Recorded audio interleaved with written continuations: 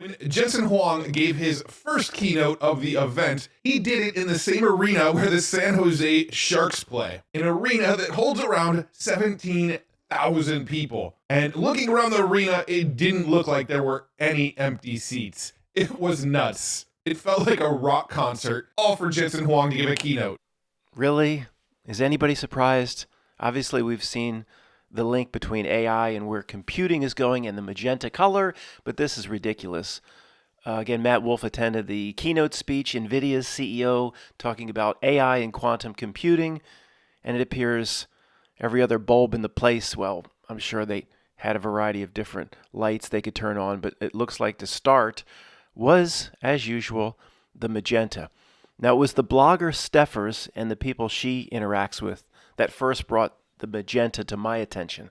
This is not from me. The emerald green and trying to look at why that was coming up so much was from me. And that was before the magenta. But they have been using the emerald green since the Wizard of Oz. I mean, it's nothing new. I started to look at that. The magenta took a prominence right around 2020.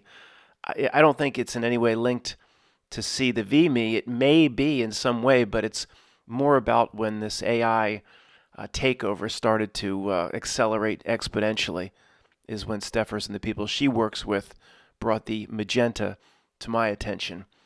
It's at the point where it is amazing, I was going to say, why can't my friend Tony notice it? Or there's so much magenta used, but it doesn't matter. Again, they'll just say, Matt, it's trendy, and, next year it'll be another color, and, what's the point? Now, there was a term that Jensen Huang of NVIDIA was absolutely obsessed with. This is a term you're probably going to start hearing a lot of over the coming months and years, and that is the concept of a digital twin. And a digital twin is essentially a virtual environment that is designed to mimic the real-world environment that these AIs will be operating in. Oh no, the creepy concept of the digital twin. It's no longer in the background. It's being brought to the forefront with all this AI stuff. The digital twin is creepier than the Wonder Twins. Wonder Twin powers activate. Digital twin powers inside the AI quantum world activate. So real spiritual beings can step into a virtual world and be fooled forever. This is the digital twin concept, guys, is creepy. And if anybody wants to complain about the slight echo in the video I recorded from Matt Wolf, this is the best I can do on this particular Mac and sound card. And if I don't sequence it in terms of loading programs exactly right, the echo is 3 to 4 seconds late sometimes. Is it really that bad? Because people are like, I'm going to shut the video off. Are you going to shut the video off just because there's a tiny little echo? Really? If you want to have a new Mac delivered in front of my door, I'll be happy to set up the new Mac if anybody wants to complain about the slight echo. But you can sort of simulate and test things out in this digital twin, this virtual environment, before bringing them into the real world. And as part of this announcement, they announced Earth 2, which is a digital twin of the entire Earth. Earth 2 offers groundbreaking APIs designed to simulate and visualize weather and climate at an unprecedented scale, paving the way for more accurate forecasts and timely warnings. The idea being that we can get way ahead of things like hurricanes, tornadoes, earthquakes. Really, any extreme weather, we'll be able to predict it much further in advance using these simulations inside of the digital twins. Oh yeah, it's just for you. We can get ahead of weather systems and save lives. It's always positioned in that way. Oh, it's just helpful, and everybody working on it is so friendly. There's no sinister intent. You'd have to be one of those people to be always thinking there's a sinister intent. And we just want to get in front of weather systems, and this could impact climate. I can't say it. It could impact primate change. I mean, oh, it's just for you. Oh, right, Matt. We'd be one of those people to you. Come on, man. Come on, sir. Even Australia's slightly magenta in this picture. Matt McKinley, what's going on here? It's pretty clear to me. I'm sorry. I wish I had better news. They're developing or probably started to develop, which will take a while, a digital world that exactly mimics the real world so one day real spirits can step into it and not know the difference. Now, that's hopefully a ways away, hopefully outside my lifetime. The next step, or what we started talking about the digital twin initially, again, Steffers had covered this, but we're talking about the digital twin here a year and a half, 2 years ago or so, where it is Dark City to a degree. It is the strangers in Dark City constantly studying like what they don't have, constantly trying to get closer to Carol Ann in the closet. They want predictive modeling where they know exactly what populations will do before they do them based on a news headline or a crisis event in the world and somebody yelling at me, I can hear you, Matt. They've had that for years. Yes, they have. They know exactly what populations are due if this major event happens in the world. But the predictive modeling gets better and better and is whittled down, and this is where they want to take it. They know exactly what an individual will do based on all that they've looked at, all that the strangers have studied you in the Dark City. They know how. We might be able to break the trend, guys.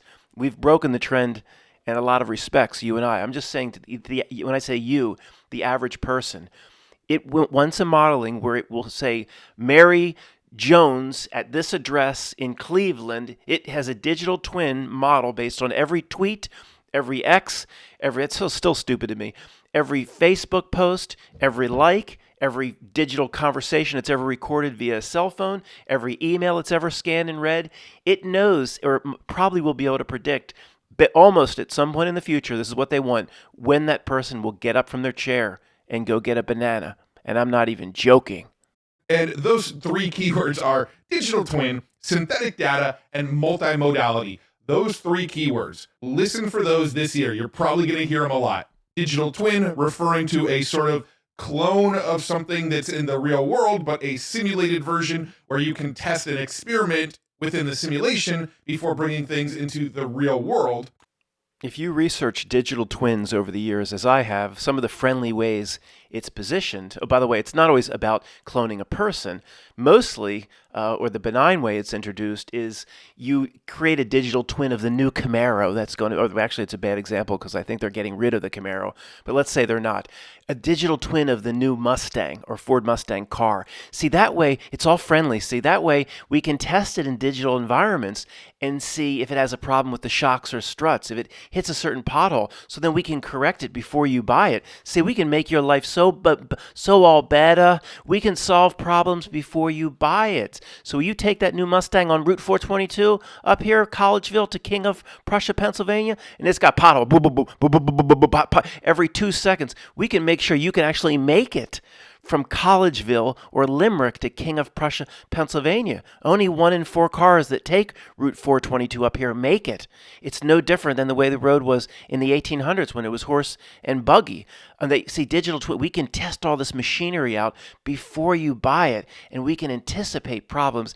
Isn't it so friendly? Oh, we don't listen to these conspiracy people. They want to mimic you and populations. So when we put out a cake in a lake event, we know exactly how it will go down and exactly how bad our catastrophe thespians need to be.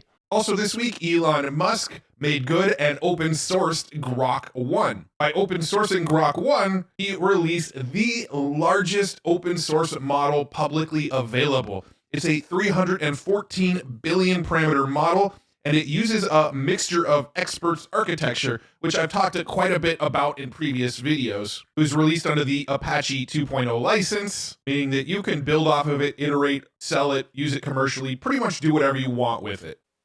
314 billion parameter. I'd just give it away. Fuck it. Just we spent all this time, effort, resources building all this stuff. I just give it to him. give it to him. Give it away. Give it away. Give it away. Give it away. Now Anthony Kiedis will write a damn song about it. The Chili Peppers. I mean, look, we didn't come up with this, but when it's free, what is it? The product is you. Is that the right term? Whatever. Recently in Silicon Valley, one of Elon Musk's many assistants knocked on his door with important updates on Grok 1. Mr. Musk? Mr. Musk, are you in there? The assistant doesn't hear anything, but he's almost sure that Elon's in the office, and he wants to report the good news on Grok 1 right away. So he opens the door, and he's in there doing Happy Time. Remember the scene in Tommy Boy where he had the hand puppets, and he sang into the fan, Luke, I am your father. He puts the hand puppets away. What is it? Knock next time. I did knock, Mr. Musk. I'm sorry to interrupt happy time. What is it? An important update on Grok 1. It's actually finished, and it's 1 week ahead of schedule. What's the R&D we spent on that? What did we spend to put together Grok 1? Sir, we spent $330 million on R&D over an 8-month period. Now, how can we return our investment? How can we get a good ROI? We're not going to get any ROI. Give it away. What? Give it, put it in our open source apps and just give it to those motherfuckers. Just give it away by morning. Well, sir, don't we put a lot of money and time and effort in? Don't you think we need to recoup our investment? No, give it away. That's what I've been told here. My little note card that came from the aluminum Ducati slider window. I opened a slider window. It said, give it away. So I do what it says, and then I go back to happy time. Here's a slow-mo of the Magenta auditorium again. I can hear like my friend Tony or somebody saying, you people, why do you always have to take that side of the coin? Why is it always a sinister plot against you? And here's why. Why we take that side? Because it's always a sinister plot against us. Because we notice it. Remember, what was it, Home Alone? Remember with that little Macaulay Culkin kid? He's probably in jail right now. Remember, it was Joe Pesci in the van, and he noticed the plot against him in the house. You could just assume Joe Pesci wasn't out there trying to get the house. He says, oh, nothing's going to happen. He's out there in the van.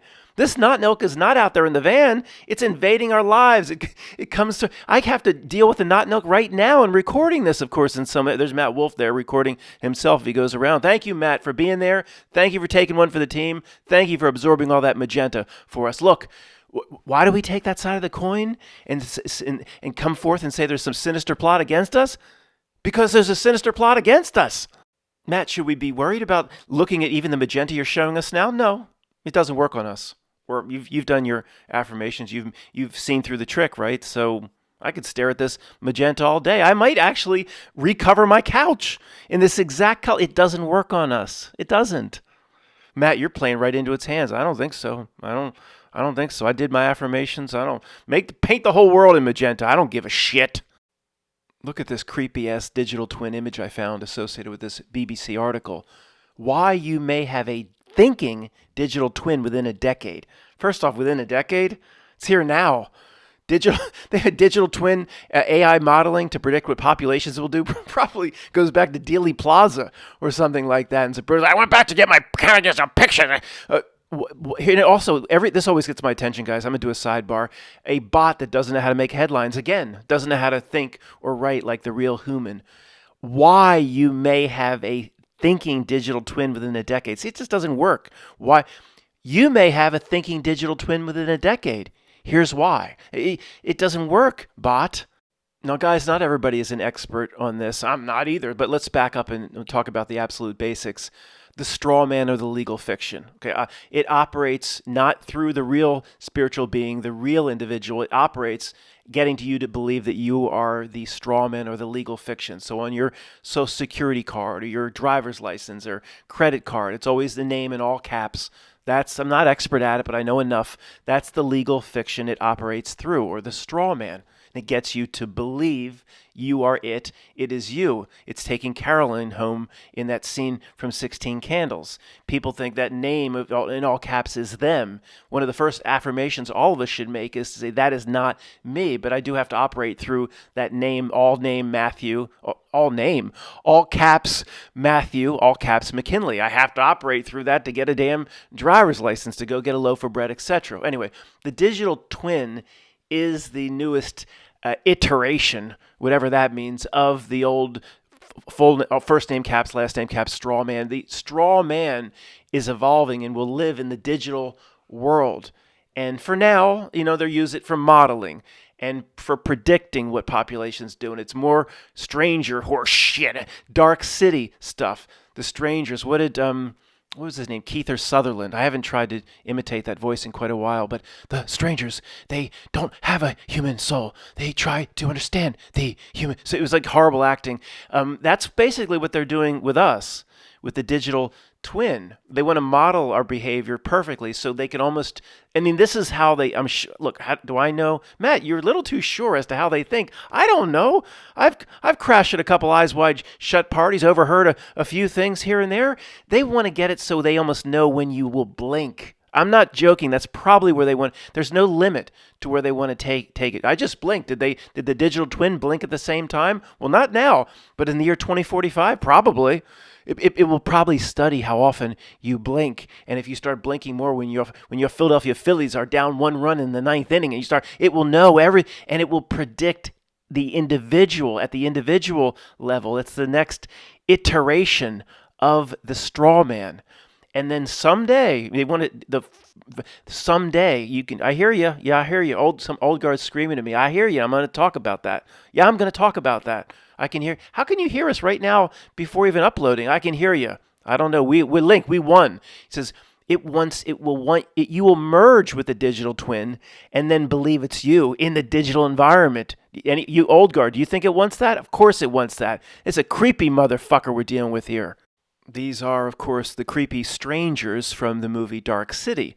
And there's similar analogies, or you could say metaphors, in other movies where an entity of some kind tries to study the human soul or tries to get close to something they don't have or covets what they don't have. It's very similar to the weird entities gathering around Carol Ann in the closet and are afraid to move on. And I think these are apt analogies in looking at the creeps around us. I mean, why does an entity constantly study another? Does it study another if they're the same thing? No, it only has endless study and simulation and traffic cameras and data analysis and facial recognition. It's constantly trying to cozy up and predict the behavior of real humans. It doesn't do all that if it's the same as you and me.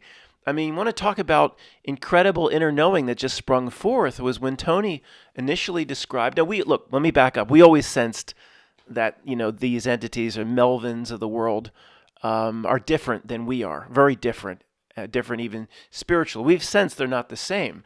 It relates to yesterday's video about what are they doing with these statues. And I was going to do a part 2, which I will do, of the statue video, which was more based on an entity that in some way needs to be remembered, not just through statue, but through mural, the top of the Capitol building, the apotheosis of George Washington, and strange, creepy horse shit, all that weird stuff. It's an entity that seems to need to be remembered, almost like to exist. So we'll do part 2 of the statues. But it does relate to this. And again, I was going to say the biggest inner knowing that ever came out when Tony, in real detail, told me about what we already sensed. That he called the entity, as I've said many times, it's the most fascinating thing in the world to me. I'll continue to talk about it for as long as this channel exists. He called them sequential incarnations that are not the same as you, that are like here, not stuck here, but game addicted and playing it safe and not moving along or advancing spiritually as quickly as, say, you are. And it's the most fascinating thing because when he presented it to me, I said, that's exactly right. That explains everything. And then you go back and find these references in movies or other forms of art that all kind of say the same thing. I mean, if we were really in Dark City and somebody's screaming, we are. We basically, it's a combination of what's going on between Dark City and the Matrix, which are meant to be taken together. There's no doubt. They were even filmed in certain parts of Australia at about the same time.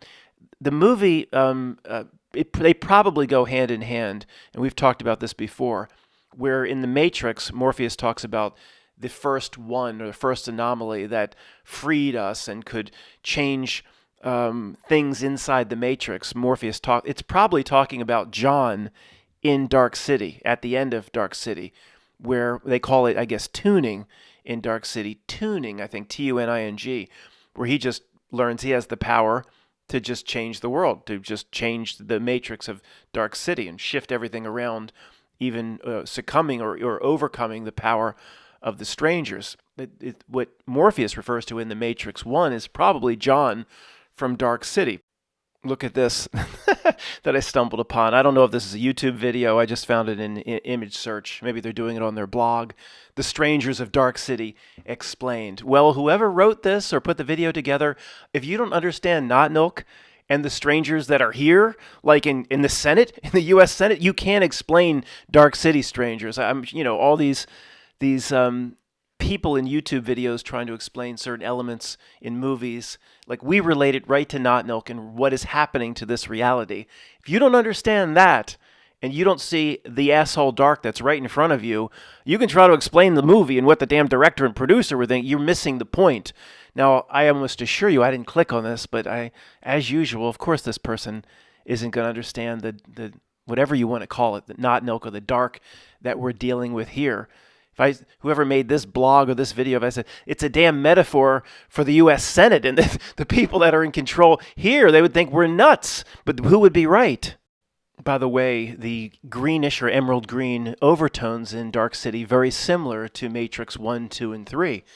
Yesterday or the day before, Matrix Explained YouTube channel made a very good video that Matrix 4 does not have the green hues and is more vibrant, lifelike colors. It's supposed to represent, Matrix 4 is a representation of our world today, showing the real San Francisco, not a fake Matrix City that was presented in Matrix 1, 2, and 3. Matrix Explained YouTube channel does not go as far as to say they believe, that we are in the Matrix and actually living in pods. But basically it said we are, the Matrix 4 is saying that the world of today is a matrix of sorts, and by one definition or another, that is correct. But back to the emerald green, not everybody's old guard here.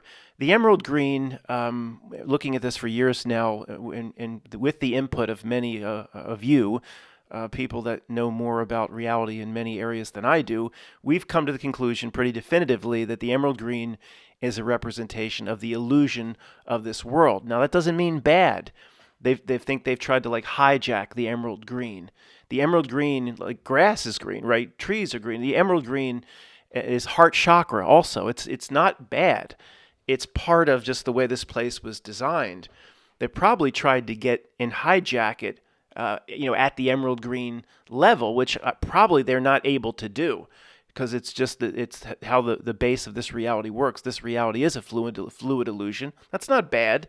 That doesn't mean it's what Neil of the Grass Fed says, and they always present it like it's a computer simulation. Just because it's a fluid reality and illusion, that doesn't mean it's bad. It's just the way this place was designed. That's natural to me. It's actually organic. So to me, their dark or creepy use of the emerald green, or how they tried to hijack it, I think they failed. It's like that's the route they were taking. That's why we're shown all this emerald green right back to the Wizard of Oz. And it's like, well, okay, it's like they got a creepy meeting together with a floating Baphomet. They said, well, this isn't working. What do we do? Well, we have technology now. We can get them to merge with their digital twins, go a whole new route, and then the magenta will start bleeding through reality. We'll lead with the magenta. That'll be a symptom or representation of where we're trying to take or move reality. I had to cut that back half off. It didn't even make sense to me what I was trying to say. It needs to be explored further. But you know what we need to do? Enough of the dark reality. We've done enough of that. It will continue to do it, of course, and it's fun. I'm trying to make these a little bit more fun, but we need to talk about the work, the part 2, and the worry about yourself activities at least once or twice in every... Matt, if you'd make this all kumbaya touchy-feely, I'm going away. I hear you. That's not the purpose, but we need to do this at least once or twice in each video. And the reason I'll show flowers, this is a lot better for the mind than looking at the strangers in the Dark City that reminds everybody of Melvin and Bezo and Dr. Evil and Mini-Me. Somebody commented, we'll use a comment to talk about the final segment here on the work, or the part 2. The comment said something like, I guess it was the last video or the video before, the person was like, I don't know, had given up and was very distraught, or not in the best mindset, said something like, I just feel like leaving it all behind and just driving across the border. And that's the last thing you should do. That's kind of okay. I don't like the world out my window. You think I like the world out my window? What was it? We looked at somebody suing somebody that posed like David just because they posed like David. The world is a horrible, wretched place in so many ways. There's no fleeing from it. Is a defeatist attitude. You fix yourself so it doesn't bother you. You fix yourself so your heart's your paradise is 5 feet around you, and you don't need any more than that. Call it delusional if you want. I don't think it is. I think this is the work. I told you, I create a world here. Look, I don't go out much. I should interact with people. I don't do that very much. I like animals. I don't like people interacting with people very much. Sorry, it seems very social, whatever, but when I'm not doing this, I'm not. Trust me, I'm not. The people that I've met, they generally like me when they meet me. It's like they find me to be very different when they meet me. Okay, that's just people have. Oh, I'm gonna have an expectation of what Matt's all about. It's like the real Matt is very different. It's not the persona that exists in front of this microphone. A personality that almost had to develop in communicating this sort of truth, or in a way to make it interesting. So I've told you, like my cat, the Fifi girl, the first time in 3 years comes upstairs. I'm not just saying this stuff. It's like that will literally make my day. And I was like, nothing else needs to happen today of any positive nature. That is, it's up to you. You don't flee across the border. I had to cut that off and re-record. You don't flee across the border. Part 2, the work, the worry about yourself activities. The only reason for being in this entire existence is fixing yourself. You don't run from anything. Now, that being said, there are many of you listening, like Joe, for example, that have left the United States and left the big job behind. And Joe's in a rural town in Mexico, very away from big cities, where generally what you would call authority generally, I don't want to say doesn't exist, but leaves people alone. But I don't get the sense that Joe fled in any way. It's one thing to say, I am who I am, and, I'm better off. I just need to do this. And I expect Not Milk will be pretty much wherever I go to a degree. I'm not running from anything. I've already fixed myself. I'm already together, but I just choose to go live somewhere else. Joe didn't run from anything. I get the sense he'll probably write me a long email explaining that, but I hope he does explain it. But he'll agree. He didn't run from anything. He chose a certain lifestyle, was more in tune with where he was at that point in life. You have to fix yourself so your heart-centered reality is a wondrous experience every day. It really is. There's a little park down here, this little Swedesford Park I'll walk in when it's nice from time to time. I didn't think crap about 15 years ago. Well, it wasn't there. I guess they built it about 8 or 10 years ago. But whatever I'd go to, I'd walk in a park from time to time.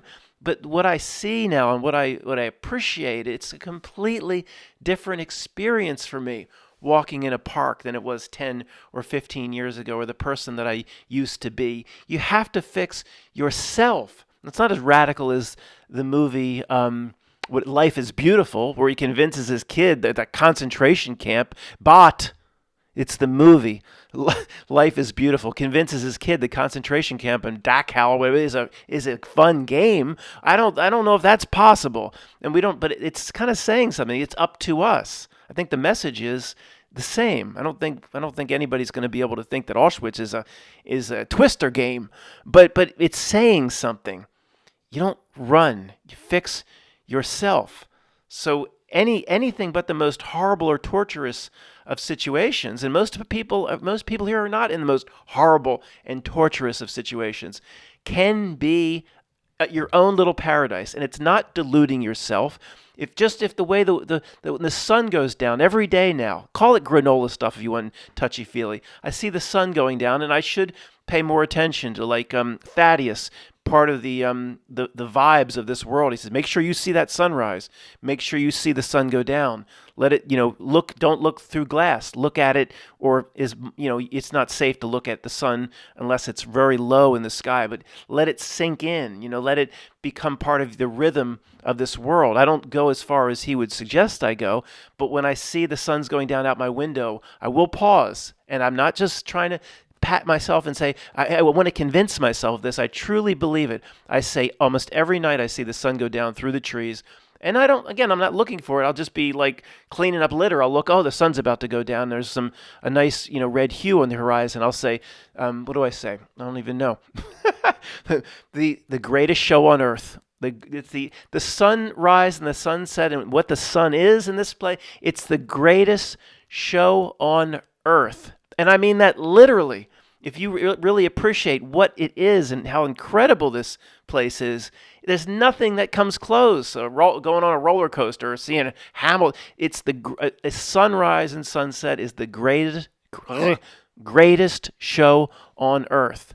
I'm not just saying that to deluding myself. Someday, Matt, you'll believe it. When you start to do the work, you start to see that the paradise is all around you. Call it granola, whatever, touchy-feely, horse.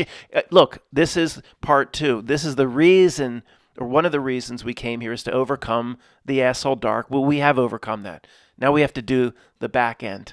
And I don't think it's just going to be a kumbaya message at the end of every video, but we'll start here. Typically, I'll get better. Thanks for listening.